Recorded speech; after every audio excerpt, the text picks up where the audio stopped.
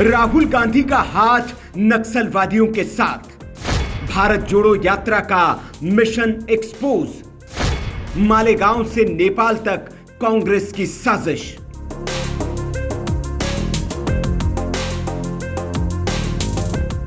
एक 136 दिन, 12 सभाएं, 100 से ज्यादा कॉर्नर मीटिंग्स, 13 प्रेस कॉन्फ्रेंस, 275 से ज्यादा वॉकिंग इंटरैक्शंस, 100 से ज्यादा सिटिंग इंटरैक्शन।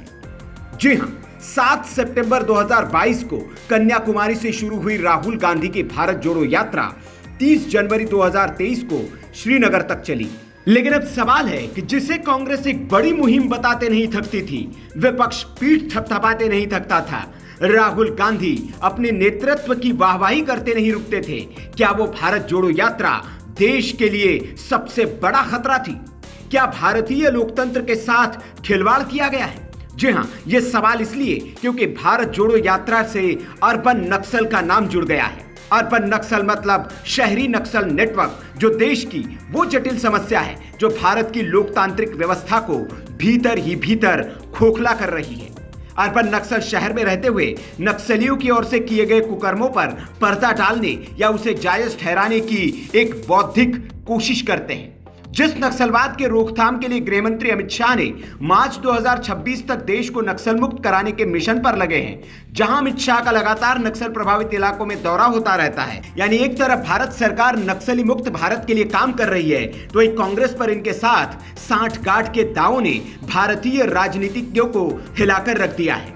आइए आपको बताते हैं कि पूरा मामला है क्या और आखिर कांग्रेस नेता राहुल गांधी की भारत जोड़ो यात्रा कैसे विवादों में फंस चुकी है। इसमें फंडिंग से लेकर मीटिंग की गुप्त जानकारियों पर अब खुलासे हो रहे हैं। महाराष्ट्र की सभी 288 सीटों पर एक ही चरण में 20 नवंबर 2024 को चुनाव हुए और 23 नवंबर को चुनाव के नतीजे आए। महायुति की प्रचंड जीत हुई। देवेंद्र फडणवीस ने 10 साल में तीसरी बार मुख्यमंत्री पद की शपथ ली। ऐसा करने वाले वो बीजेपी के पहले नेता हैं। देवेंद्र फडणवीस बीजेपी के उन मुख्यमंत्रियों या नेताओं में शुमार हो गए हैं जिन्हें विपक्ष भी काफी गंभीरता से लेने लगा है। लेकिन महाराष्ट्र के सीएम ने फिलहाल जो कांग्रेस की भारत जोड़ो यात्रा पर दावे किए हैं, वो विपक्ष को रास नहीं आ रहे हैं। जी हां, महाराष्ट्र के मुख्यमंत्री देवेंद्र फडणवीस ने राहुल गांधी की भारत जोड़ो यात्रा को लेकर बड़ा खुलासा किया है। उन्होंने कहा है कि भारत जोड़ो यात्रा में अर्बन नक्सली संगठन शामिल हुए थे। उन्होंने बीजेपी सरकार को अस्थिर करने की साजिश रचने के लिए नेपाल में बैठक भी की थी।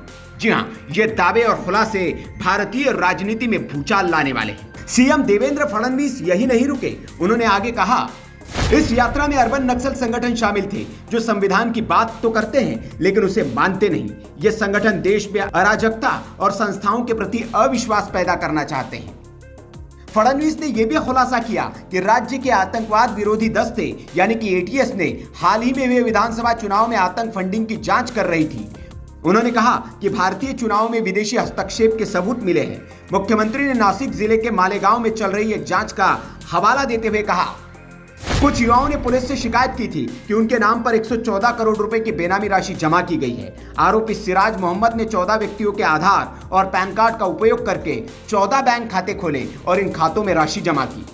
फडणवीस ने यह फंडिंग पर भी दावा करते हुए कहा कि यह मामला केवल मालेगांव तक सीमित नहीं है, बल्कि 21 राज्यों और 201 खातों में फैला हुआ है। इन खातों में कुल 1000 करोड़ रुपए का लेन देन हुआ है। इनमें से 600 करोड़ रुपए दुबई भेजे गए और 100 करोड़ रुपए महाराष्ट्र चुनाव में अलग उद्देश्यों के लिए उपयोग किए गए। आपको बता दें कि महाराष्ट्र के सीएम ने संगठनों की गिनती तक बता दी, जबकि मीटिंग पर भी दावा किया और कहा, 15 नवंबर को नेपाल की राजधानी काठमांडू में एक बैठक आयोजित हुई थी। इस बैठक में वे संगठन शामिल थे जो राहुल गांधी की भारत जोड़ो यात्रा का हिस्सा थे।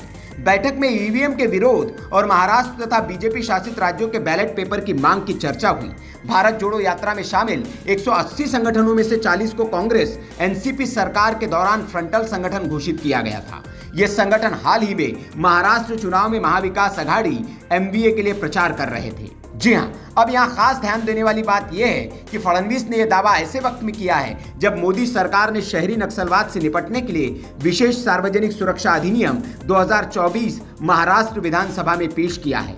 सरकार की ओर से पेश इस बिल में शहरी केंद्रों में नक्सलवाद की बढ़ती मौजूदगी से निपटने के लिए कदम उठाए जाएंगे। बहरहाल अब इस खबर को लेकर मामला गहराता जा रहा है। लेकिन इस बीच महाराष्ट्र के मुख्यमंत्री देवेंद्र फडणवीस के कांग्रेस, राहुल गांधी और उनकी भारत जोड़ो यात्रा पर जो दावे हैं उस पर आपकी क्या राय है, कमेंट करके जरूर बताएं। Bureau report, VK news.